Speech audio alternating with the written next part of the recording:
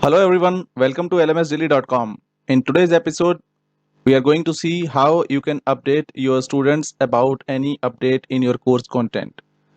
Generally, the students are not aware if there is any change in the course content which they have already went through or they have already checked out.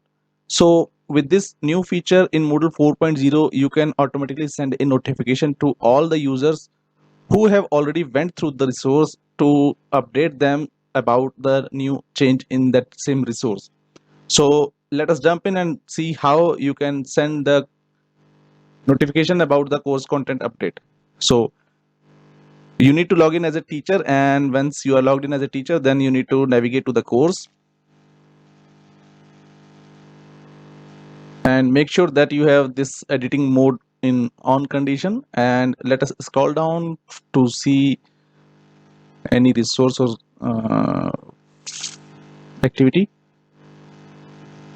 So let us say that in this specific folder resource, I'm going to add some new images, and then I need to update the students about the new images added into this. So I have already 6 images in this folder, and let me add one more file here, and let us upload this file. Okay, so this is the image what I have just uploaded.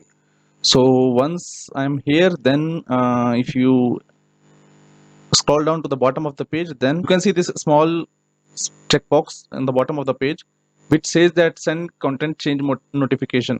So if you see this help icon, so the help says that tick this box to notify the course participants about this new or changed activity or resource.